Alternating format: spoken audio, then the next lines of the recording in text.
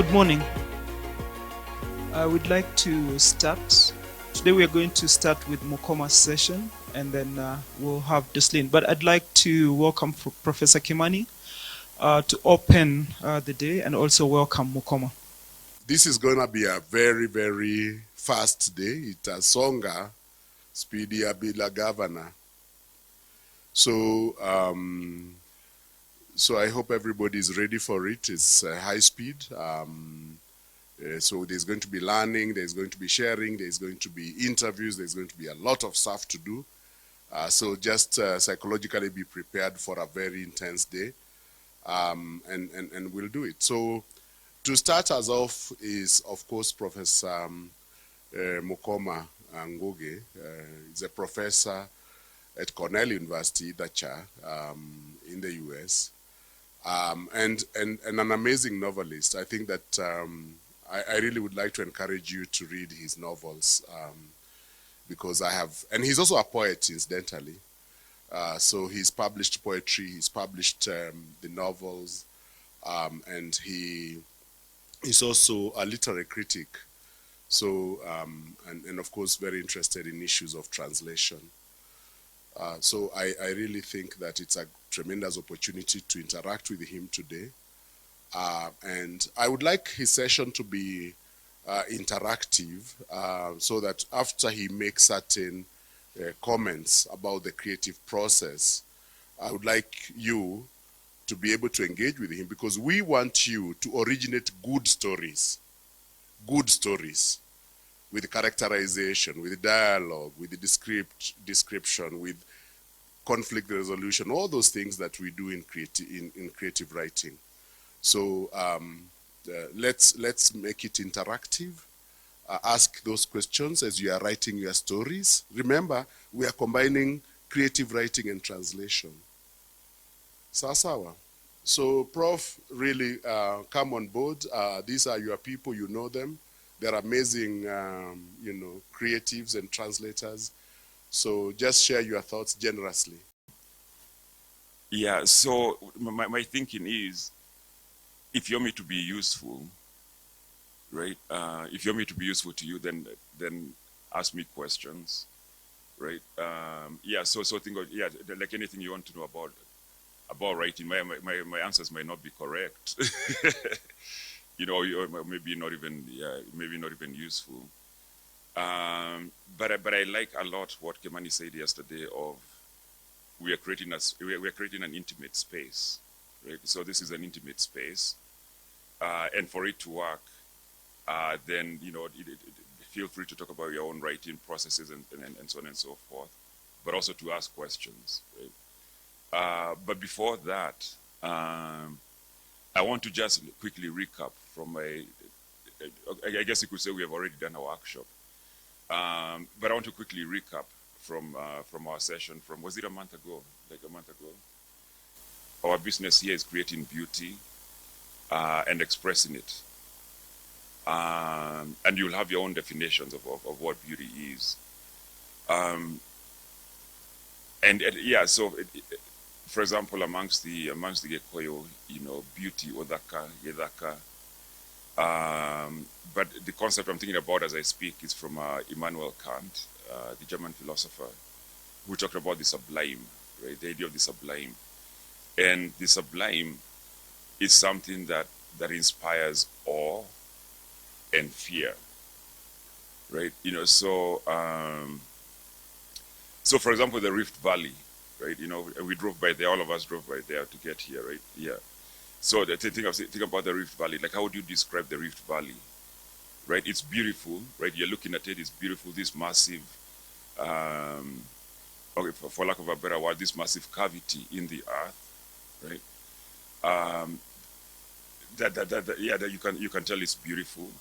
But at the same time, there's I'm scared of heights myself. I don't know about you guys, but there's an element of fear, right? In case you tumble down and so on and so forth, right? So the question is, how do you as writers create beauty, that inspires and also inspires awe? This is the Rift Valley, right? then also how do you do justice to it? That's the other part of it, right? Because if you wrote a terrible poem, I mean, if you wrote a really really bad poem about the Rift Valley, then you're not doing justice to it, right? So then how do your words capture, right? Okay, so I said our business here is beauty, but then also our business here then to get to that beauty is metaphors, right? So how do you find words, right? How do you find words that will capture what you're seeing at the Rift Valley, right? Yep.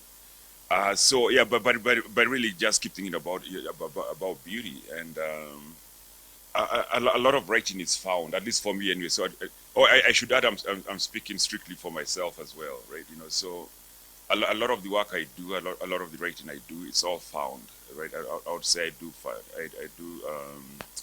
found poetry, right? So, and I'll tell you a quick story. I wrote a poem called Roxbury, right? I wrote this poem called Roxbury because one day I was walking, I lived in Roxbury, Massachusetts. So, which is a black American, it's mostly a black American neighborhood.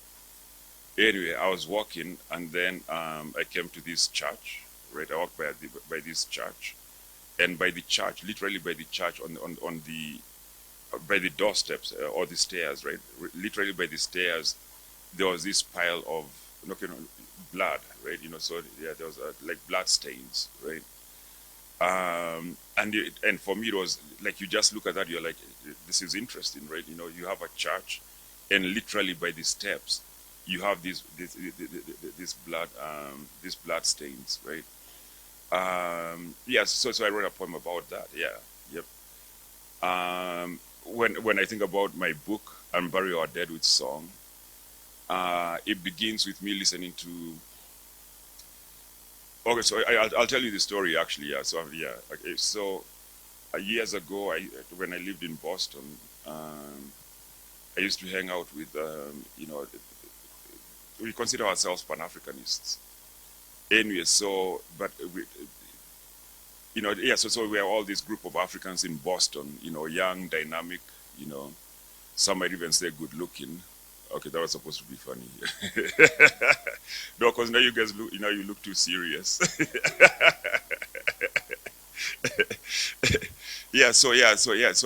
But we'd have parties, of course, we'd have parties, and in this particular party, somebody played the tizita, right? So I don't know if you guys know the tizita, but it's a form of Ethiopian blues, right? So this particular song that has been handed over across generations, from shepherds and so on and so forth, right? That every musician has to, if you're going to be a musician who is well respected in Ethiopia, in my understanding, this is a song that you have to sing, right?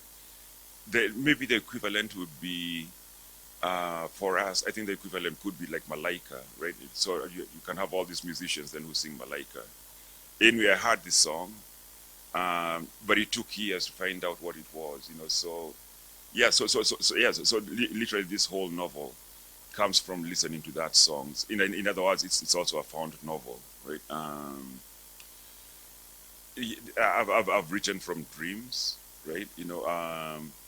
My other book here it's called With This Card, but in the US it's known as, for those who have read it, known as Mrs. Shaw. Literally, the opening scene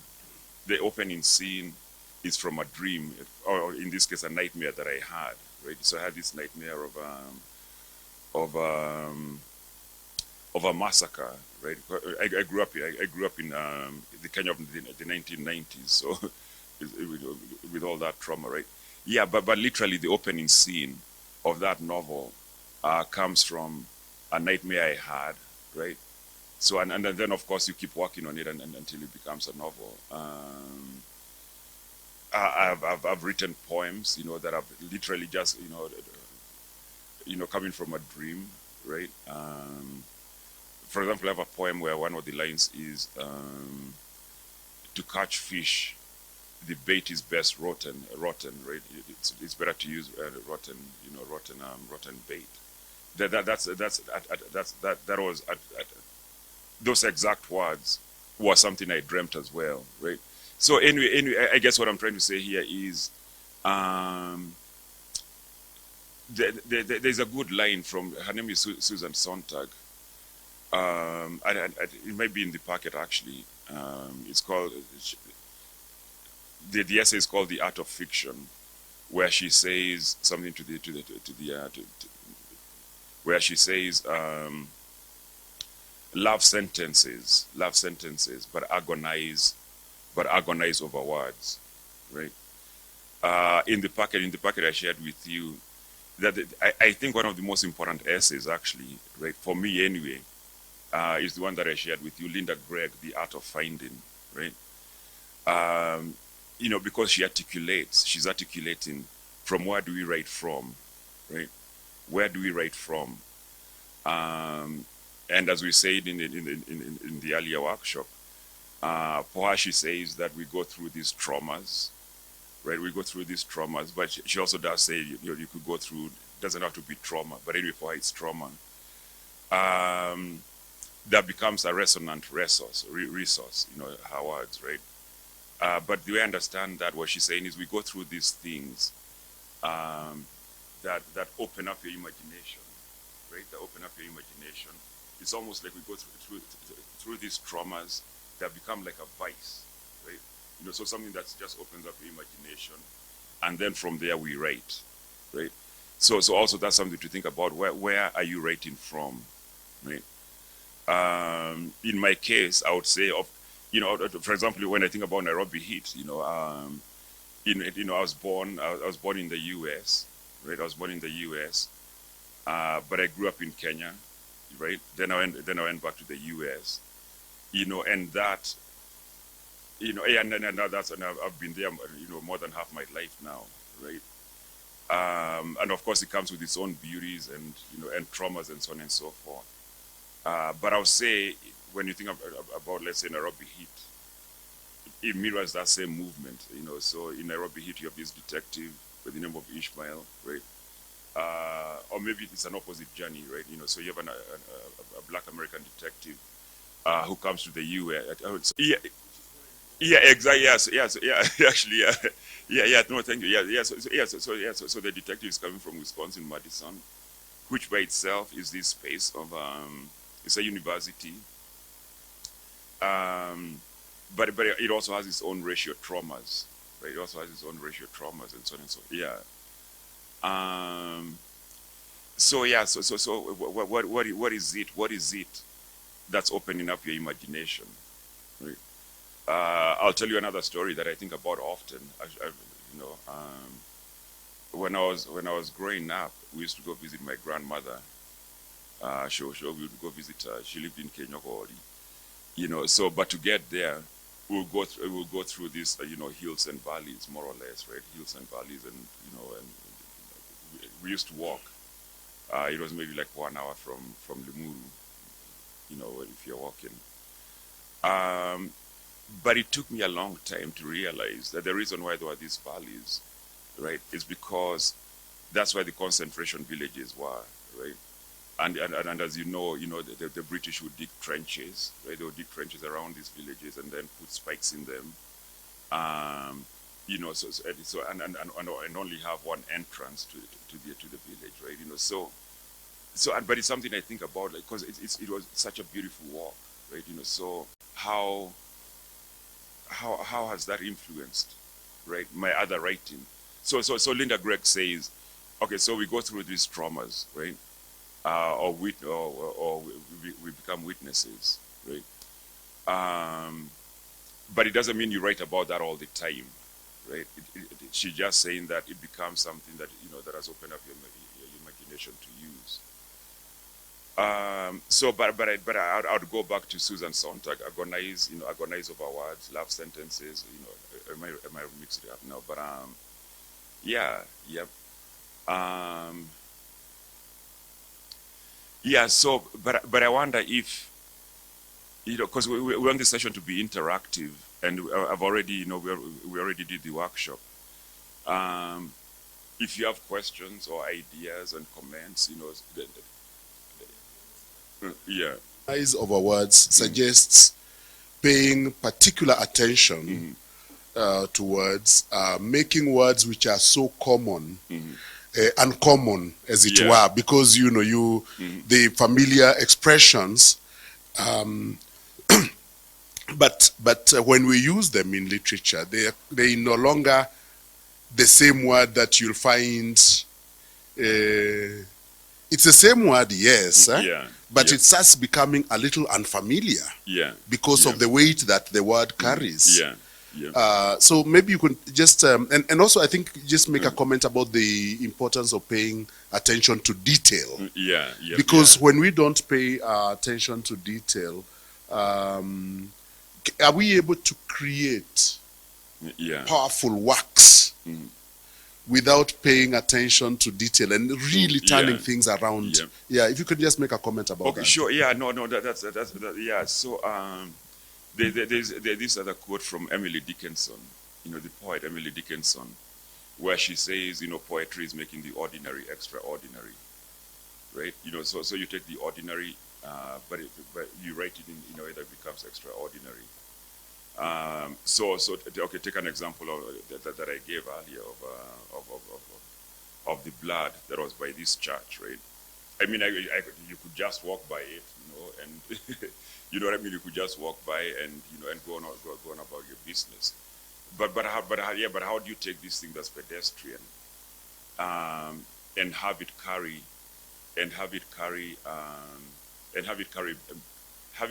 beauty and meaning at the same time, right? To do that, you really have to agonize. Really, you have to agonize over each word. You can't. You just have to spend time. Because ultimately, for me, is how do you respect, right? How do you give respect? How do you give respect to what you're seeing, right? How do you give respect to to the things you're seeing as a writer, right?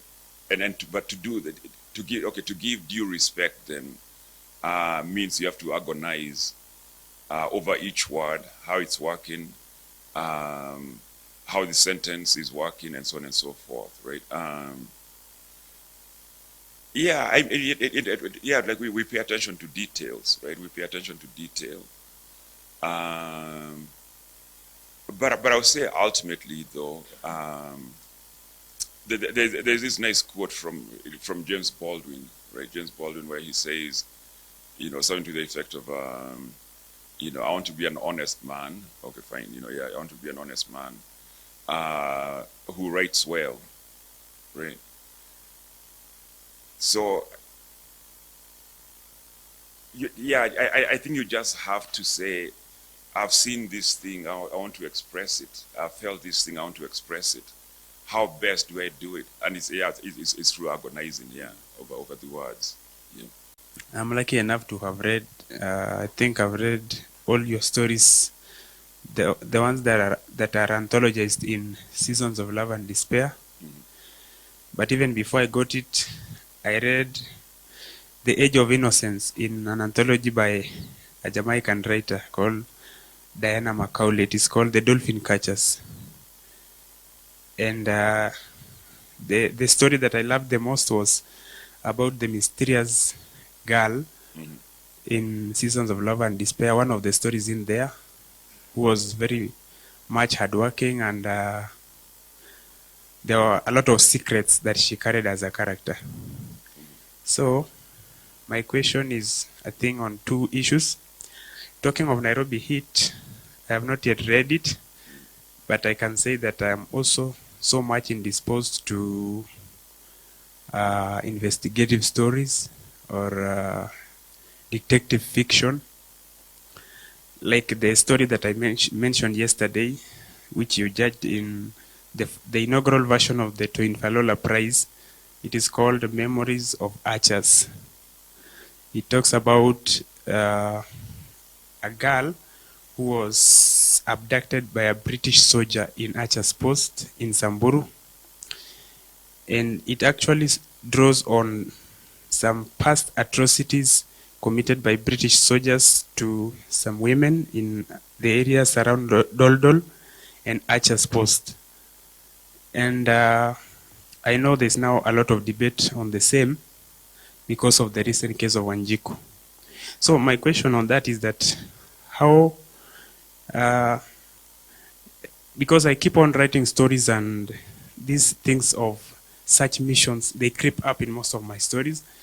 Right now I'm doing one that I want to submit for a literary prize. And I just find myself that the story is just swinging to a such mission or a crime.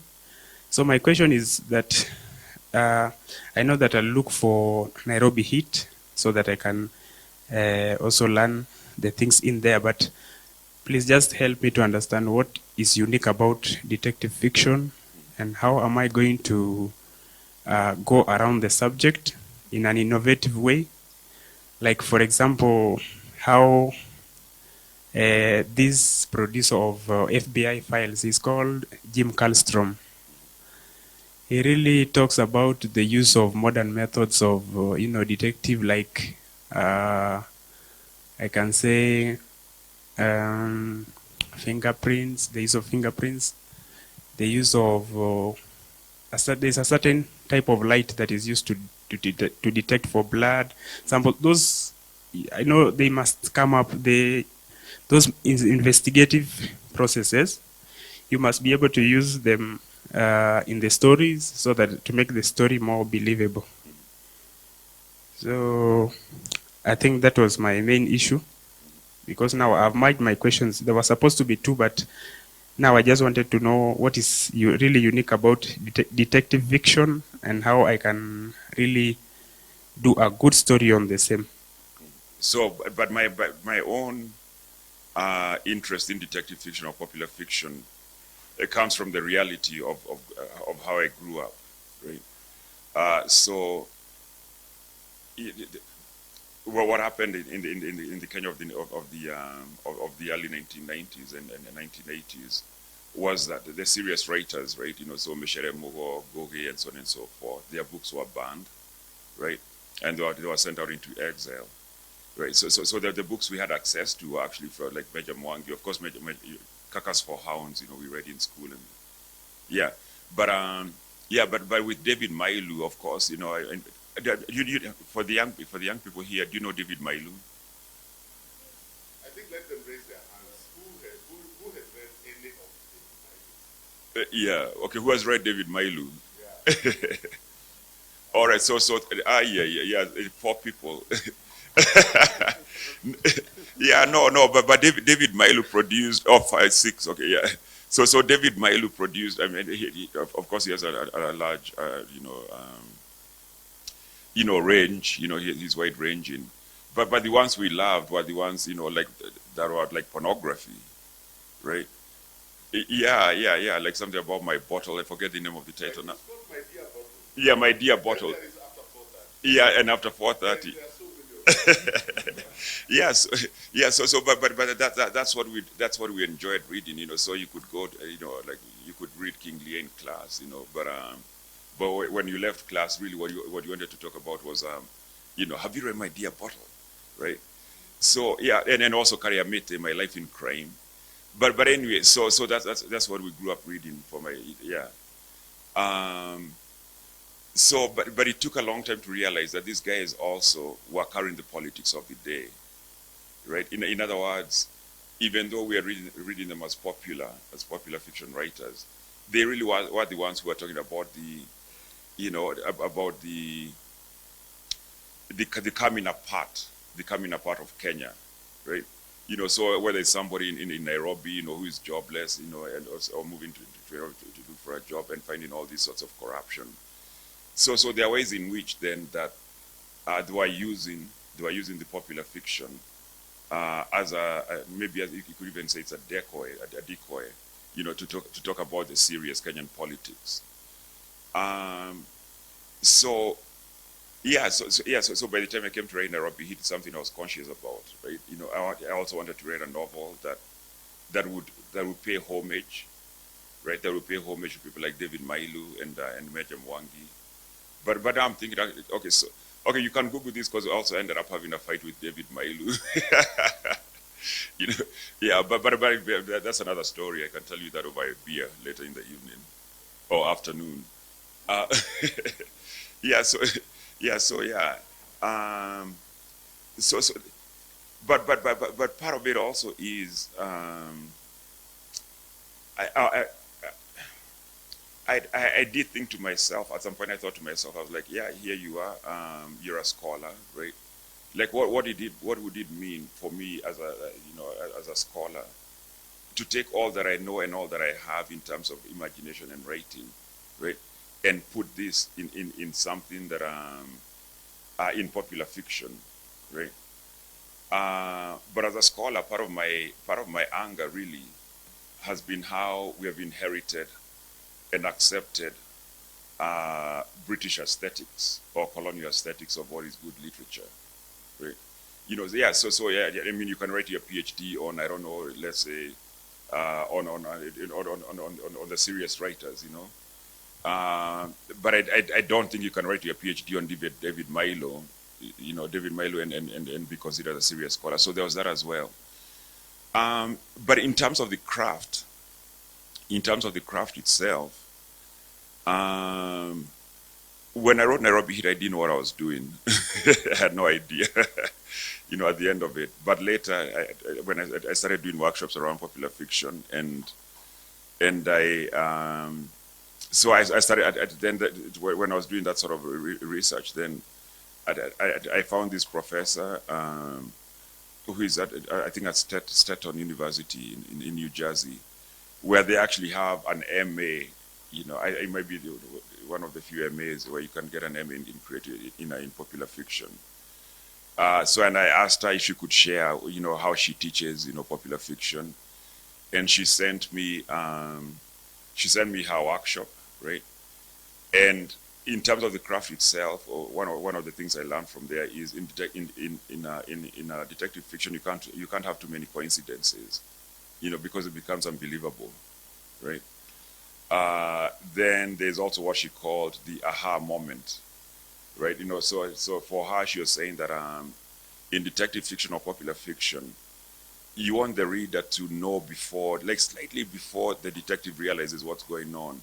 You want the reader to realize that fast, right? You know, so aha, oh, you know, and then shortly after that, then the writer, the detective then figures that out.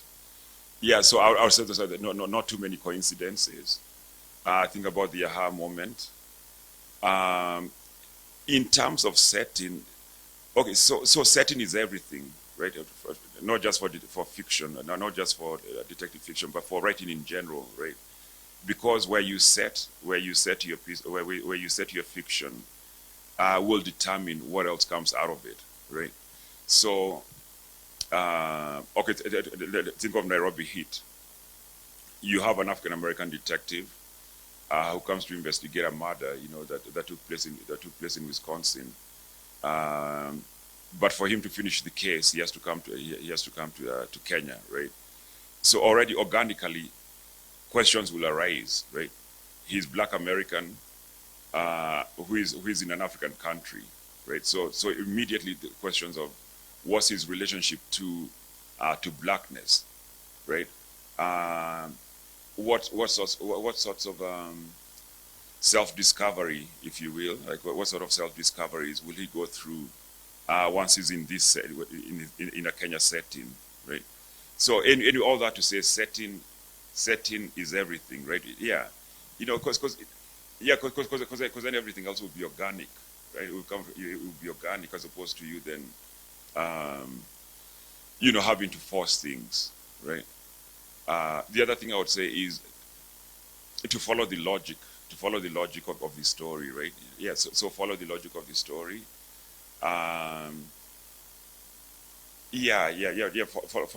Follow the logic, and characters anyway. Characters become, you know, I don't know if you guys have this experience of having characters whom you feel like it's a real human being or somebody you know, right? So I should mention this actually. I'm going off a little bit on a tangent, but I like to name my characters after my friends or people that I know. You know, yeah, because they are real, right? You know, yeah, they are real, yeah. Yeah, so, and my friends don't appreciate that sometimes, you know, some of the characters are nasty, you know, but it helps me visualize, you know, visualize them and understand them as human beings and as real human beings with their own motivations and so on and so forth. So you decide, I'm going to tell a story. So how much do you put on paper in terms of your setting and your characters and the flow of the story before you start now assembling it into a narrative? So the preliminary work that goes before the first paragraph. I think I like to just think, right? I just like to let it, you know, let it cook in my head, so to speak. Yes, so all writers will have their own approaches. I think, and somebody can correct me on this, but I think Chinua Achebe, you know, for Chinua Achebe, he would first write in his head, and then, you know, and then write the story when it's when it has fully cooked. Just because that writing in your head, so the story gets completeness.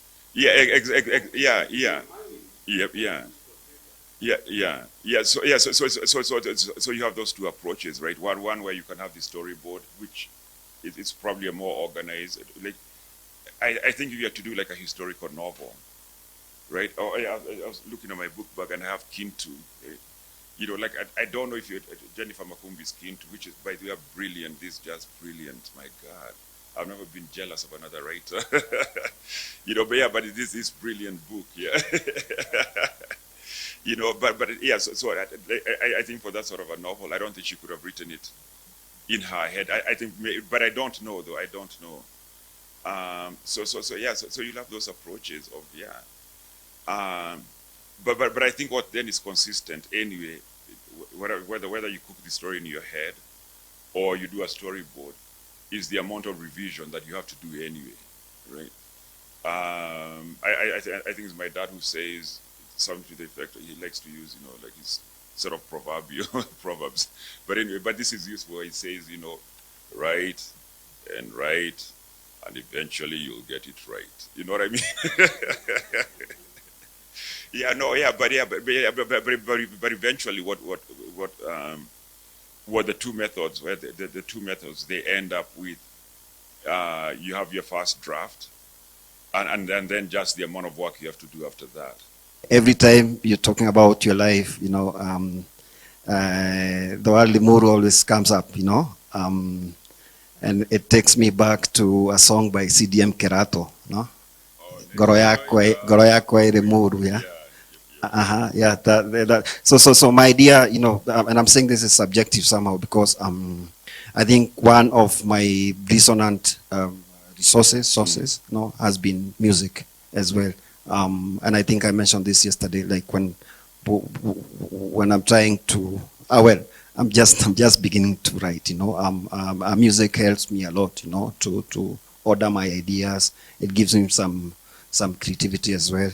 So I'm looking forward to reading your novel, you know, about the Tizita and yeah. But that's what I wanted to check with you, you know, how much is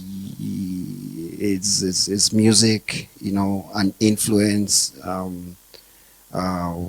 when you're writing your works, you know, yeah, how much does it open up your, I mean, again, I'm asking this very subjectively because I've found like music for me to be, you know, it puts me in a different space, you know, creatively, you know. And I also remember the first time that I met you via Zoom.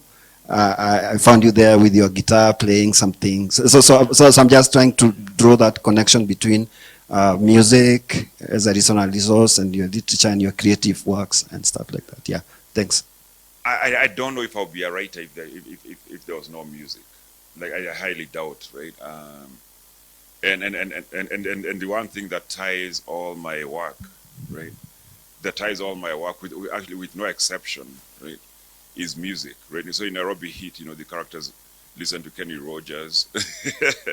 You know, they listen to country music, but also listen, you know, to Kenya music and so on and so forth. You know, and then of course, and Barrio are dead. is literally. I think when it came to writing "I'm Bury Our Dead," I told myself, okay, why don't you just, you know, because I could see there's a thread, you know, that has united all these books, you know, and that's music, right? So when it came to writing "I'm Bury Our Dead," I was like, why don't you then just write about music, right? But part of it was as well was, you know. Okay, so I make the joke. I make the joke that all writers want to be musicians. I don't know if that's your experience, you know. Yeah, exactly. Yeah. So all writers want to be musicians, right? But there's a part of me that wanted to, but there's a part of me that wanted to take that back, right? And see if indeed I could write a novel, right, about this one particular song, where when you're reading the novel you could hear it, right, where you could hear the music. Now I don't know if I succeeded. I hope I did. Yeah, but that was the ambition of Bury Our Dead with song, where yeah, where then you where okay. So I spent a lot of time listening to Tizita music, you know, and something very strange happened. You know, I can wake up in the morning and play a Tizita in my head, right? You know, like literally, even though I don't speak Amharic, right? Because I spend so much time listening. You know, and I can tell you when. Okay, so I spend so much time listening to Tizita music.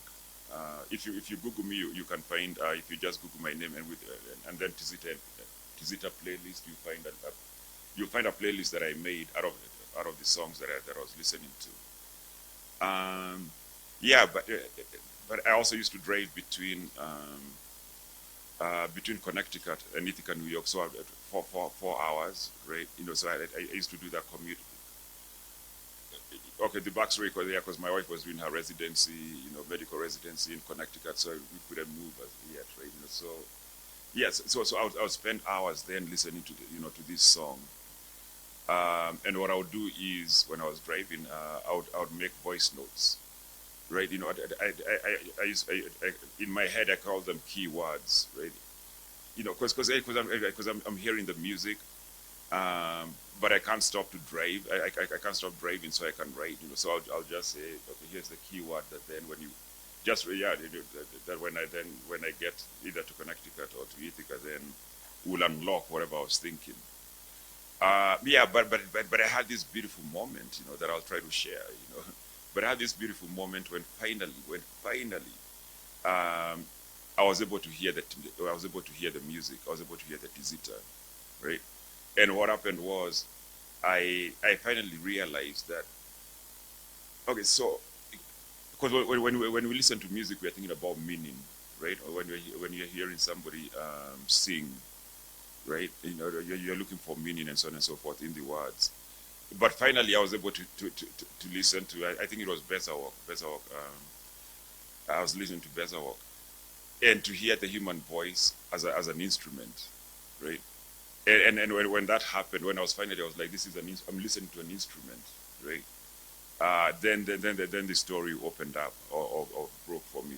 I realized my writing is influenced a lot by the nature of my community. And when I say my community, I mean the pastoralist communities. All my stories, literally all of them, come from my grandmother's background. Like seeing the animals come into the boma in the evening, in the morning when they leave, you know, that kind of lifestyle. And when I write, all of them come with sort of anger, like, you know, like this, we lost this beautiful thing. And now we've become like people who, like a shadow of our former selves. And so when I'm writing, it feels personal somehow. I also relate with what you said, giving your characters, you know, people known to you. So everybody I write about is someone either interacted with or someone in my life.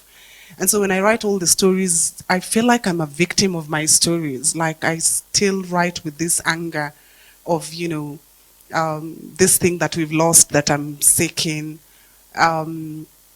So yeah, how do I perhaps maybe separate the characters and like the story of these things we've lost, and not just for my community case. I remember like the story that has made to the long list of the Toyin Falola Prize that I was telling you. It's called Ankasas.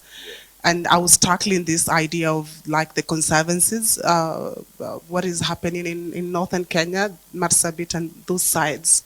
How there's, you know, like the ranches, how they're just fenced, and they make it look like pastoralism is at war with the wildlife, and you know, so basically just separating myself from the story so that I don't act as a victim, and just to be somebody who's passing on the stories. Like you can't, you know what I mean? Like you have to write from where you are, and there's no. And I don't know if you can write otherwise, right? Like I don't know if you can write outside. I don't know if you can write outside yourself, right? And then going back to the Linda Gregg essay and resonant resources and stuff like that, it's who you are, right? You know, I myself I call it if you write honestly, right? If you write honestly, then you're writing from your DNA. So I say write from your DNA.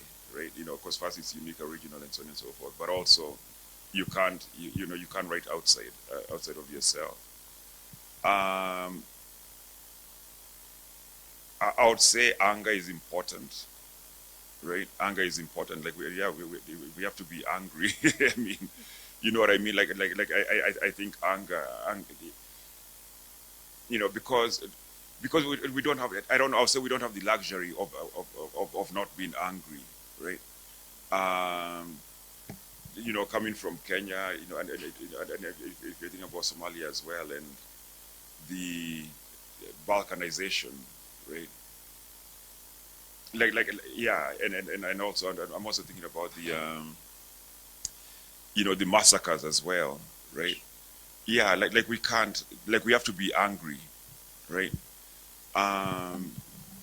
But I guess the question is also then, how does the anger become art, right? How does the anger become art?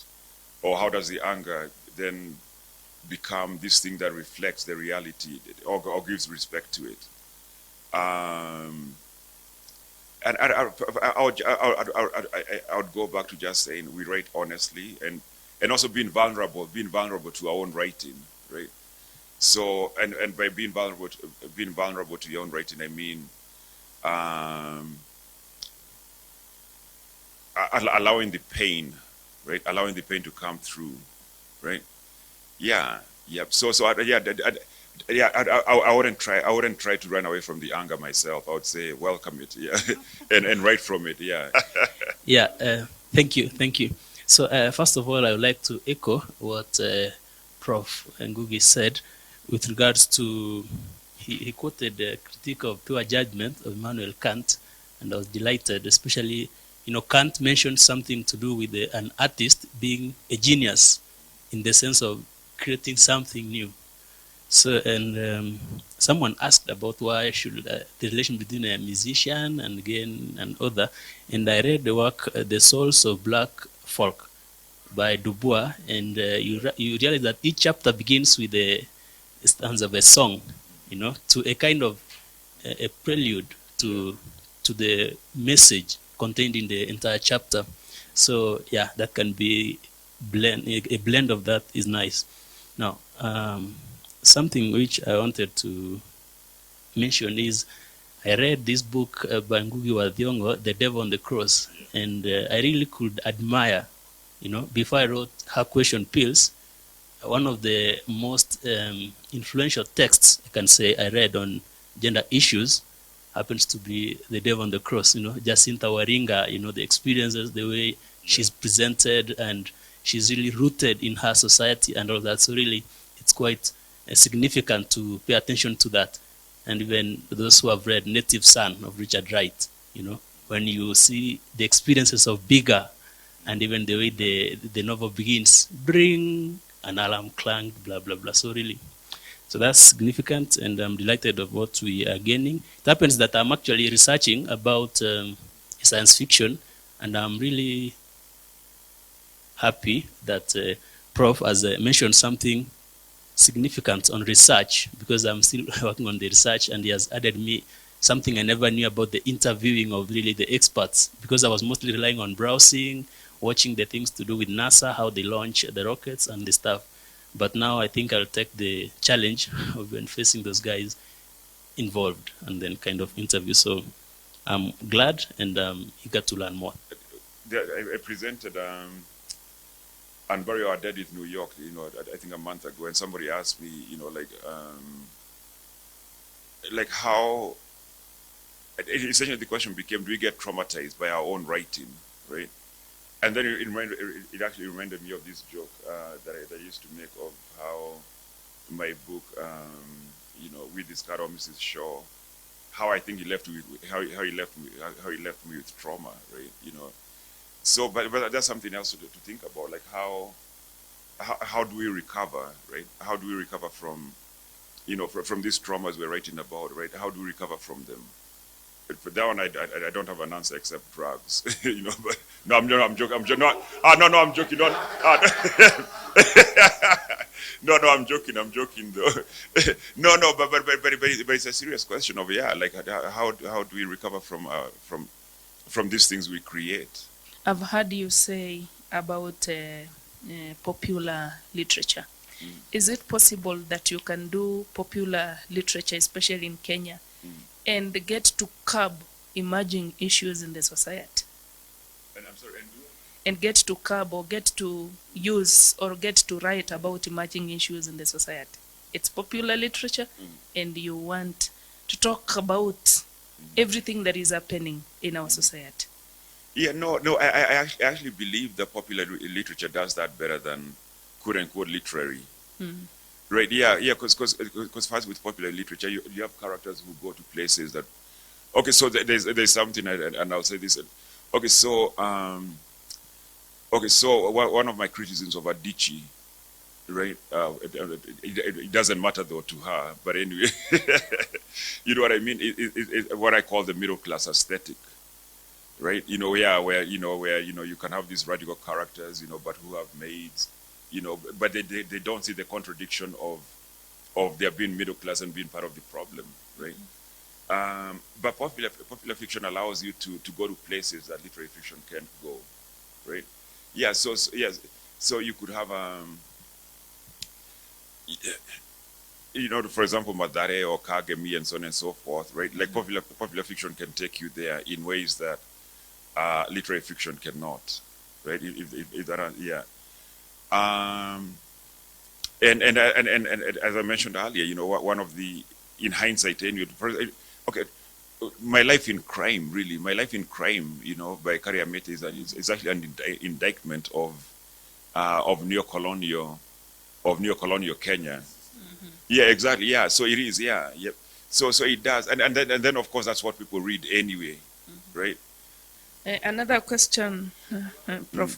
How can you rate this writer whereby she creates some characters and at the end of it there should be death or maybe kind of punishment? Oh, well, no, like, you mean the characters have to die? Yes, as a kind of lesson to the society. No. For me, I say like every story you write, every book you write has its own logic, right? So if the book you're writing, the logic calls for the characters to die, then by all means, kill them. Not all, maybe one. Yeah. But I did kill this character in Nairobi that I regret killing, because. Because in hindsight, he was this beautiful, okay, but you know what I mean, like, so I would say be careful how you kill them as well, because you might need them later. But everything you write will have its own logic, and you just follow the logic of the story. So if it calls for it, So, but I would say don't do any arbitrary killing, though. Yes. I think that the question of You want to ask? There is one here that he has written. When writing a particular theme, you end up developing others on the way. So where do you draw the boundary so that you don't lose the storyline? Uh-huh. I would say the first thing is you have to love your characters, even the ones that are not likable. So you have to love them, and express even if they are flawed, right? Even if they are flawed, have them express. You have to show their humanity, right? Even when they are flawed and nasty and so on and so forth. Again, for me, I'll just go back to the logic of the story, right? So, but I know what you're asking though, because you have the minor characters and you have the major characters, right? I would say it depends on the sort of point of view you're using, right? So like how much are your major characters seen of how much are they seen of the lesser characters or minor characters, and at the same time.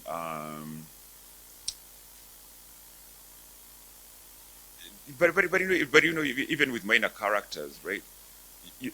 If you carry their humanity, you can carry their humanity, and indeed, sometimes the minor characters take over the book, right? You know what I mean? Yeah. So, for example, in Nairobi Heat, I think one of the most memorable characters is the one that I killed, who appears only for 15 or so pages, right? So. I think listening. Okay, so yeah, I'm thinking as I speak. So, because it's a good question, right? I would say listen to your characters. Listening to your characters. Listen to them. Yeah. I would say definitely, yeah, language. Yeah, we should agonize over language and words and so on and so forth. But at the same time, have something to say. So this is something I use for myself. That I use for myself, but it's also a cliche of the so what, right? So if you write something, why should somebody else take their 5 minutes or 10 minutes or hours or days to read, right? Like, so what? Yeah, so you've written something, so what? Like, who cares, So, but I think in answering why should somebody care about something I've written, then you'll think about the language, but also the content. Right. In terms of personal experiences, I'll say imagination. I mean, for us here, right? Imagination is everything, right? Like our imagination is everything. So our own personal experiences, like if I look around, like if I look out through that window, I mean, like look at that. That's beautiful, actually, right? Like if you look at that scene where, you have the window, you have the the plants and so on and so forth. Right. So but I would say our imagination is everything. So when I was talking about found images or found stories, and it's just a beginning. It's the first step in the journey. Yes. But we can't write outside ourselves. I don't know if we can. Right. Ultimately you can't write outside yourself. Right. So it's, to me, it's just a starting place. It's a starting place where